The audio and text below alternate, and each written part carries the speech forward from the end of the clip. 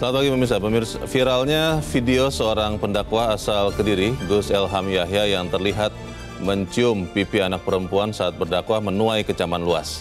Tindakannya dinilai melanggar norma keagamaan dan kepatutan sosial, serta berpotensi masuk dalam kategori tindak pidana. Pemirsa, inilah editorial Media Indonesia di seri ini Kamis 13 November 2025 dengan tema Jangan Berlindung di Balik Dakwah bersama saya Leonard Samosir.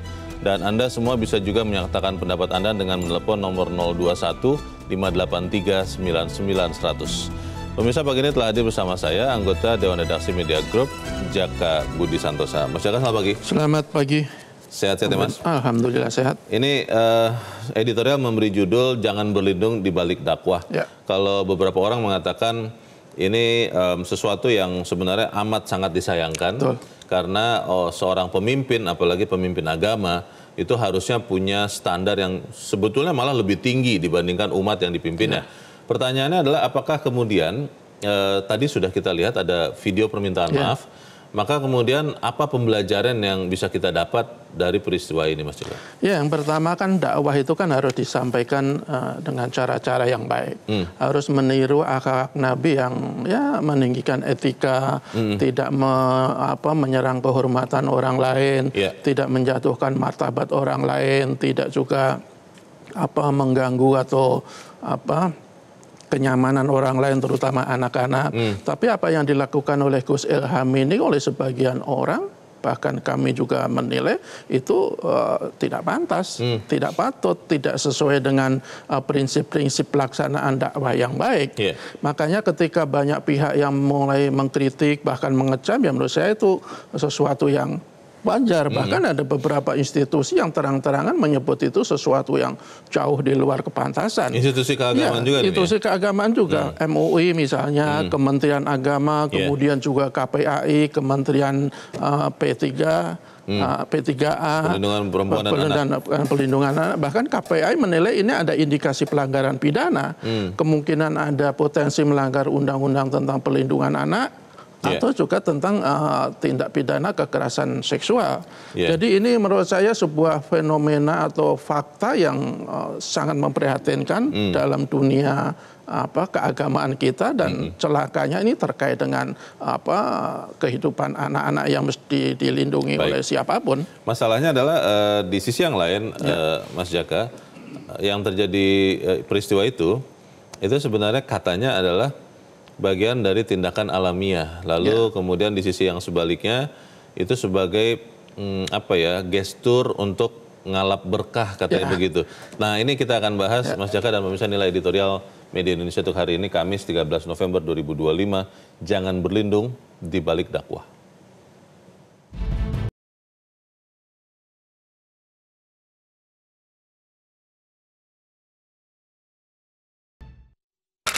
Jangan berlindung di balik dakwah.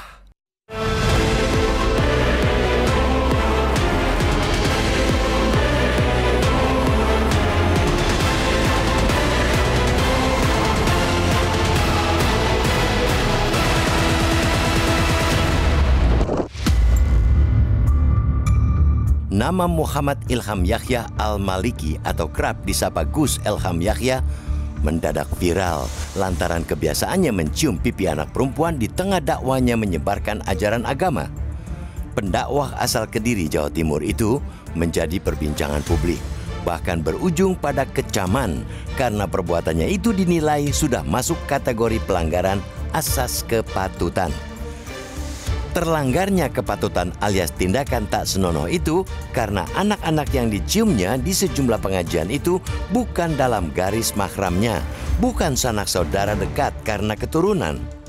Sebagai pendakwah, Gus Elham dipastikan sudah sangat paham akan ilmu garis mahram itu.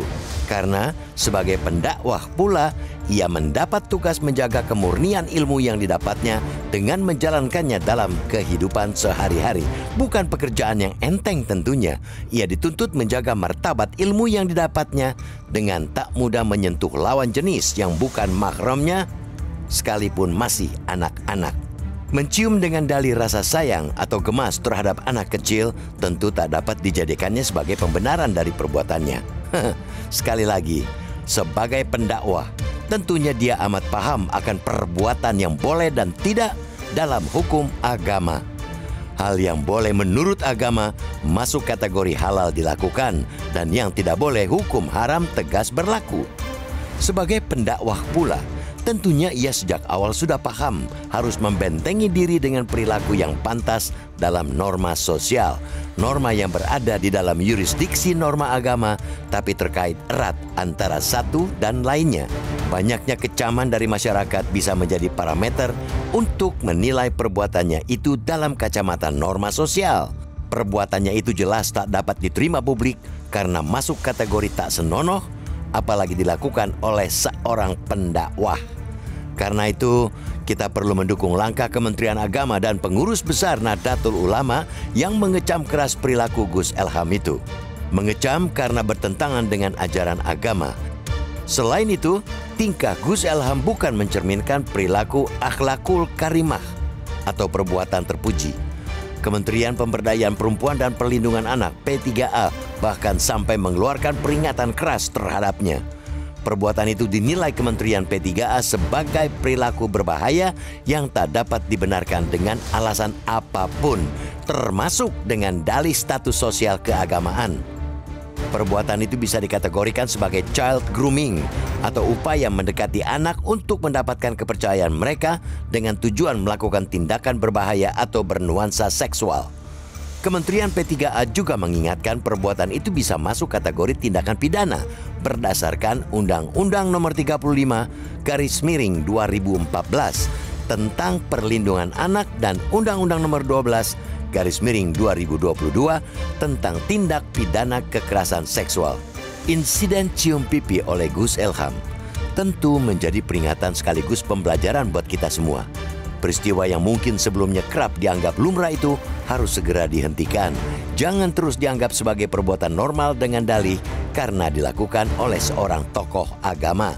Dan jika negara serius menegakkan hukum, Undang-Undang Nomor 12/2022 tentang tindak pidana kekerasan seksual bisa menjadi landasan dibukanya penyelidikan dugaan pelecehan seksual. Dari penyelidikan itu akan terungkap benar tidaknya perbuatan Gus Elham dalam kacamata hukum. Selain buat Gus Elham, penegakan hukum juga bermanfaat buat masyarakat untuk membangun pemahaman bahwa anak juga punya hak dan martabat akan tubuh mereka. Amat penting buat orang dewasa untuk memahami batas interaksi yang aman dengan anak. Karena itu, tak seorang pun termasuk orang tua yang boleh merendahkan martabat anak. Orang tua saja tidak boleh, apalagi orang lain. Tentu lebih tidak boleh.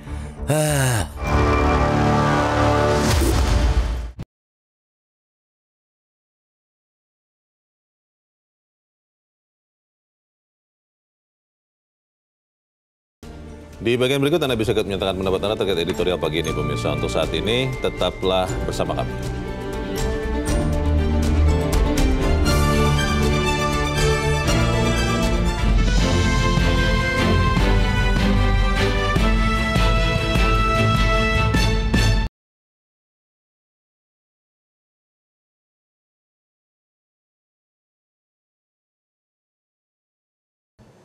Terima kasih Anda masih bersama kami, pemirsa, dan kita akan mendengarkan dulu Mas Jaka pendapat dari pemirsa Metro TV kali ini dari kawasan Pejaten, Jakarta Selatan. Ada Ibu Ong Mei Hua. Ibu Ong, selamat pagi. Selamat pagi Bang Leo, selamat pagi Mas Jaka. Assalamualaikum warahmatullahi wabarakatuh. Waalaikumsalam warahmatullahi wabarakatuh. Bagaimana Bu Ong? Ini ada insiden ini Bu, seperti apa Bu? Iya, jadi begini, seorang pendakwah. Muhammad siapa tadi yang dari Kediri? Gus Elham. Ya, Muhammad Ilham. Muhammad Ilham Yahya Al-Maliki. Ya, Ilham Maliki. Tidak pantas Bu Leo, Bang Leo. Karena apa? Dia seorang pendakwah itu kan sudah dikatakan ahli agama. Ya, adapun ahli agama atau enggak dia fasih. Untuk Bang Leo, untuk mencium lain muhrim itu sudah haram Bang Leo. Apalagi ini jemaah. Kok dia melakukan itu gitu loh. Apa ini setan, godaan setan, atau dari inisiatif hati nuraninya? Karena rasa kasih sayang, meskipun begitu itu harus ada batas. batas benang merah dan sebagainya. Yang mengemuka katanya Bu Ong dari jamaahnya ya mengatakan itu ngalap berkah katanya begitu tuh. Bagaimana Bu Ong kalau gitu? Ngalap berkah tidak, no. Bukan berkah ya? itu bukan. Berkah itu amal, Bang Leo. Mau agama apa, namanya amal ibadah itu. Bukan mencium. Loh, kalau sudah mencium itu adalah apa, Bang? Pelecehan. Pelecehan seksual. Lah iyalah, kita kan harus bisa membedakan antara pendakwah dengan antara jemaah. Jangankan Bang mencium, kita menyenggol aja itu kalau sebenarnya merasa itu itu pelecehan. Tapi kan Gus Elham sudah minta maaf ya dalam videonya. Kalau menurut Anda itu menjadi pembelajaran bagi kita, pelajaran apa Bu untuk Anda? Betul. Minta maaf, setiap umat melakukan kesalahan bisa minta maaf. Tapi ada tapinya. Itu tidak bisa dilakukan, Bang Leo. Baik. Karena ini kita berharap ini tindakan terakhir begitu ya, Boong ya? Betul. Jangan sampai para pendakwah, seorang ahli agama, seorang fasih agama harus tahu batas, Bung Leo. Baik, tahu batas. Ya, terima kasih. Assalamualaikum warahmatullahi wabarakatuh. Waalaikumsalam warahmatullahi wabarakatuh. Terima kasih Bu Ong dari Pejaten Jakarta Selatan. Permintaan maaf sudah disampaikan dan harapan kita ini menjadi hal terakhir. Apakah itu bisa dijamin, Mas Jaka, atau bagaimana? Ya, kalau kami sih berpandangan ya tidak cukup meminta maaf. Meminta maaf bagus, seorang mungkin dia kilap, tetapi ada dugaan pelanggaran hukum, ya menurut saya harus segera ditindaklanjuti. Dan kita mendorong apa yang dilakukan oleh KPAI yang katanya sedang menelaah kemungkinan adanya pelanggaran undang-undang TPKS, undang-undang pelindungan anak, dan penegak hukum saya pikir juga bisa menyelidiki kasus ini. Karena kalau segala sesuatu pelanggaran hanya dilakukan atau diakhiri dengan permintaan maaf, kok kami berpandangan akan terjadi lagi. Tidak akan ada efek jerah karena ya cukup diselesaikan dengan maaf. Padahal kalau kita lihat apa yang dilakukan oleh Gus Ilham ini kan siapapun lah, saya pikir ya menilai ini jauh di luar kepantasan. Karena begini, ada prinsip setiap tindakan yang melewati batas-batas toleransi atau batas-batas interaksi dengan anak di ruang publik itu adalah sebuah bentuk pelanggaran terhadap pelindungan anak. Dan ini bukan persoalan yang main-main. Kekerasan terhadap anak itu kan di negara kita tuh dari tahun ke tahun kan mulai menunjukkan peningkatan. Dari data dari KPAI, data dari kementerian itu juga sejak 2021 utamanya itu dari tahun ke tahun terus meningkat. Dan celakanya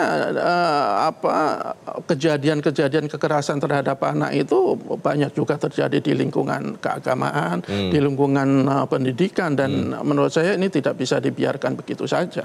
Ini kan sudah minta maaf, tadi kalau kita dengar juga dalam video permintaan maaf adalah mengatakan itu sebenarnya video lama yang sudah dihapus. Yang kita ingin pastikan, Mas Jaka, apakah yang akan hilang itu videonya saja atau perilaku yang kebanyakan kita merasa itu tidak pantas. Jangan-jangan nanti perilakunya tidak berubah, tapi videonya yang hilang begitu. Bagaimana tuh? Iya, kita berharap permintaan maaf yang dilakukan Gus Ilham itu betul-betul tulus. Dia tidak akan mengulangi perilaku-perilaku yang tidak patut ini. Tetapi sekali lagi segala sesuatu kan tidak bisa kita selesaikan dengan permintaan maaf. Penegakan hukum menurut saya cara yang cukup efektif lah ya untuk menghentikan praktek-praktek seperti ini dan mencegah orang lain, tokoh-tokoh agama lain melakukan tindakan serupa. Kalau kita lihat, ya harus kita katakan penegakan hukum terhadap tindakan pidana yang dilakukan oleh tokoh-tokoh agama itu sekarang kesannya itu kan agak lemah. Karena mereka mungkin ada pertimbangan-pertimbangan lain sehingga penegak hukum ketika berhadapan dengan tokoh-tokoh agama itu sangat minimal. Menurut saya ini tidak bisa dibiarkan terus-menerus. Oke, kita harus jeda dahulu, Mas Jaka, dan pemirsa tetap bersama kami Editorial Media Indonesia. Segera kembali.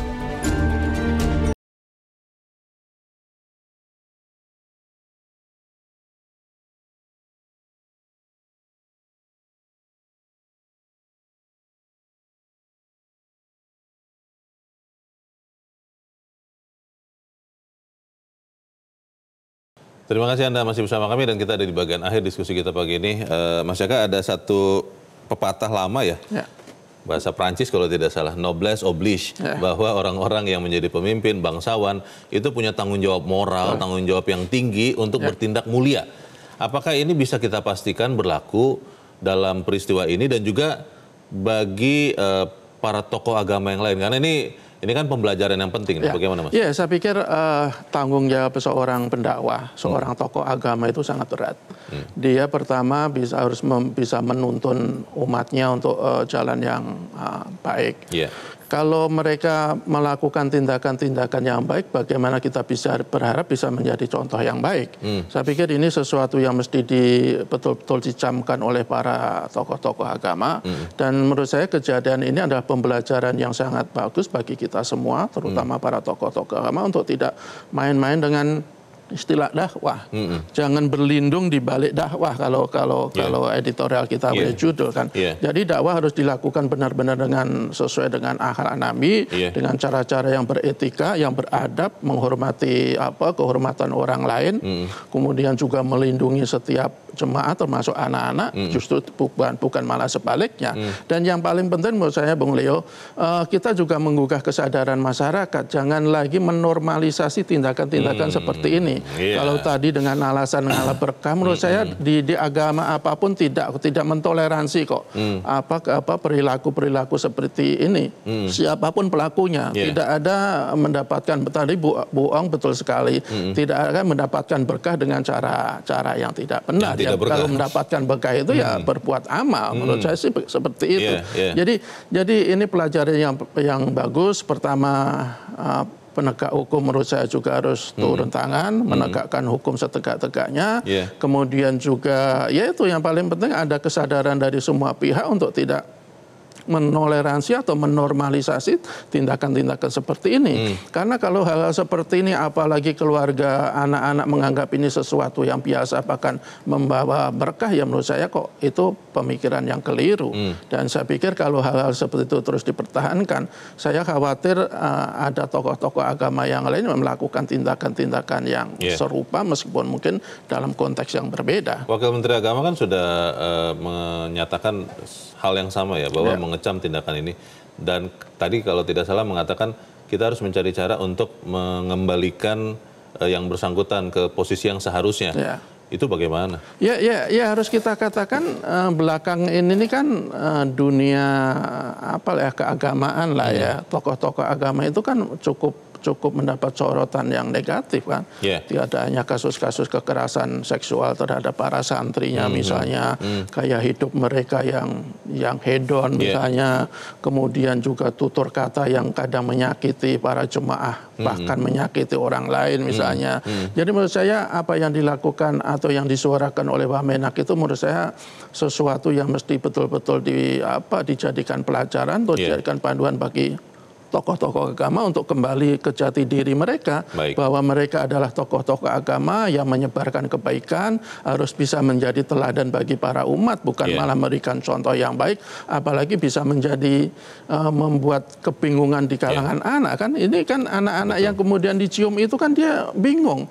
Seperti apa batas-batas toleransi, batas interaksi ya. Dan apalagi disebarkan dalam dunia digital kan, itu kan secara psikologis bisa membuat mereka malu kan. Kita berharap ini peristiwa yang bisa menjadi pembelajaran yang mengubah sikap-sikap seperti itu. Terima kasih Mas Jaka sudah di tempat ini. Selamat pagi Mas. Selamat pagi.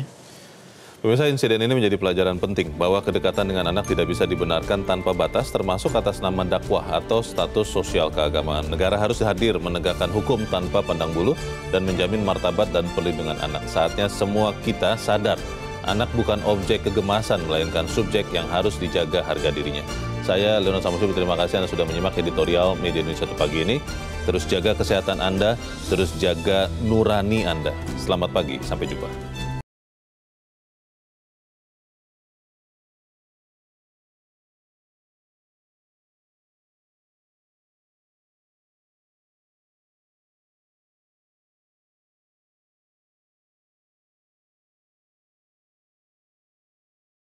Jelajahi cara baru mendapatkan informasi. Download Metro TV Extend sekarang.